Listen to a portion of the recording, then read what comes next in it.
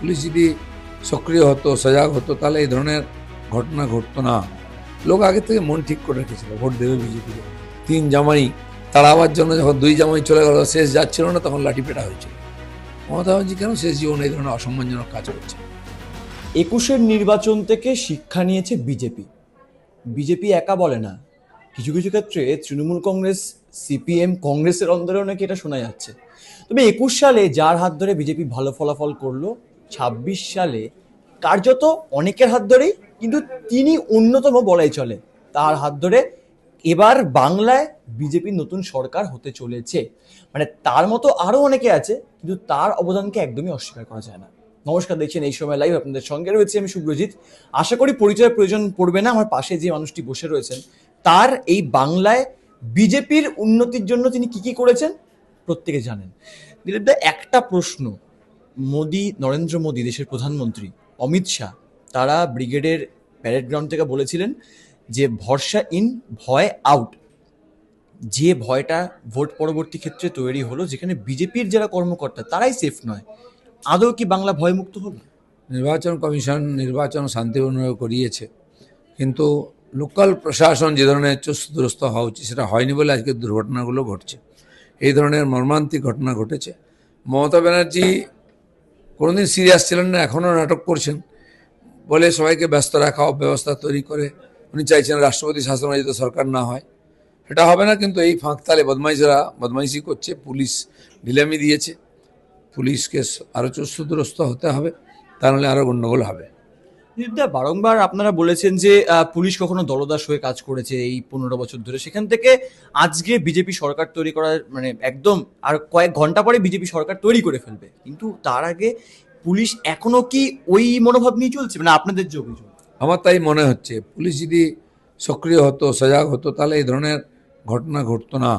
Information নেই কেন? Intelligence failure কেন হচ্ছে? এই ধরনের দুর্ভাগ্যজনক মূল্যবান প্রাণগুলো কেন যাচ্ছে? পুলিশকে, প্রশাসনকে দায়িত্ব নিতে হবে। কিন্তু এই বিষয়টা পুলিশের সূত্রে জানা যাচ্ছে যে ভিন রাজ্যের যোগ ছিল, সেই ভিন রাজ্যের যোগের জন্য শার্প শুটার আনা হয়, তারপরেই এরকম মর্মান্তিক ঘটনা। মানে যে রাজ্যেরই যোগ হোক, ক্রিমিনাল তো সারা বিশ্বব্যাপী। তৃণমূল কংগ্রেস বলছে ইউপি, বিহার। মানে যেখান বাংলাদেশেও হতে পারে। তো এখানকার পুলিশ কি ঘুমোচ্ছে? প্রশাসনের অফিসাররা কি করছেন? মুখ্যমন্ত্রী এখানে ড্রামা করছেন, কিন্তু এদের তো দায়িত্ব আছে না, এরা চাকরি করছেন। এদের এটা বিশেষ করে এই সময়টায় যে সরকার নাই, বেশি সক্রিয় হওয়া দরকার আছে। কেন হচ্ছে না? এই ধরনের ঘটনা ঘটে যাচ্ছে একটার পর একটা।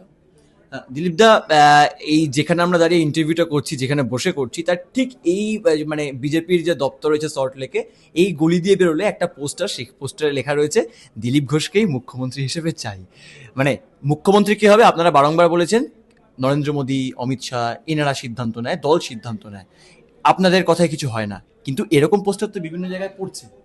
হ্যাঁ, জনগণ, মানুষের ইচ্ছা থাকে, তারা কেউ কেউ আজকাল নতুন সিস্টেম, কেউ মোবাইলে লিখে দেয়, ফেসবুকে কেউ পোস্টার টাঙিয়ে দেয়। তো মানুষের আবেগ থাকে, ইচ্ছা থাকে, তারা বলেছে, ডিসিশন তো পার্টি নেয়।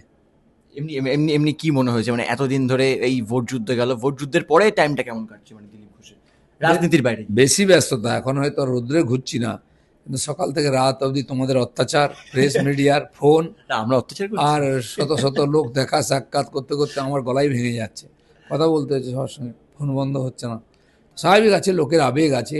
বহু বছর পরে আমরা জিতেছি, লোকেরা ভোট দিয়েছেন, তারা একটু আনন্দ করতে চায়, কথা বলতে চায়, সেটাই দাবদার মেটাতে হচ্ছে। দিলীপ ঘোষ যখন প্রথম একদম প্রচারে গিয়েছিলেন, দিলীপ ঘোষ এটা বলেছিলেন যে যাই হোক আমরা 200 পেরোবই, মানে যাই হয়ে যাক। সেই 207-এর একদম কাটায় পৌঁছে গেল বিজেপি। একদম প্রথম দিনই কি আত্মবিশ্বাসী ছিল যদি কোনোভাবে যদি একটু এদিক ওদিক হয়ে যেত তাহলে? মানুষ যেভাবে ভোট দিয়েছেন, ভয় কেটে গেছে, লাইনে দাঁড়িয়ে সকাল থেকে ভোটে দাঁড়িয়েছেন।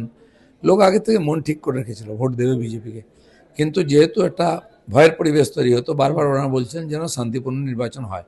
নির্বাচন কমিশন সেটা করে দিয়েছেন, আর কোনো বাধা নেই, মানুষ ভরপুর ভোট দিয়েছে।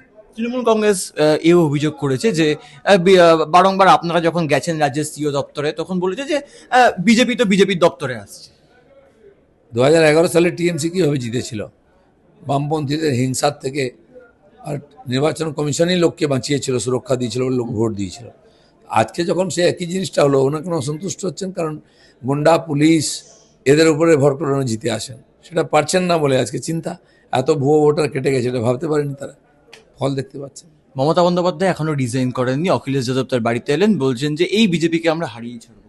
রিজাইন না করলে দিলীপ ঘোষ এবং তার দল কি করবে? একজন নেত্রী যিনি 15 বছর মানুষ তাকে সুযোগ দিচ্ছে, কিছু করলেন না, আজ মানুষ তাকে বলছে আপনি চলে যান, মানুষের এই ইচ্ছাগুলি সম্মান দিচ্ছেন না।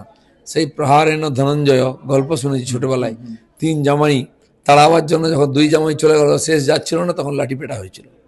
মমতা ব্যানার্জি কেন শেষ জীবনে এই ধরনের অসম্মানজনক কাজ করছেন?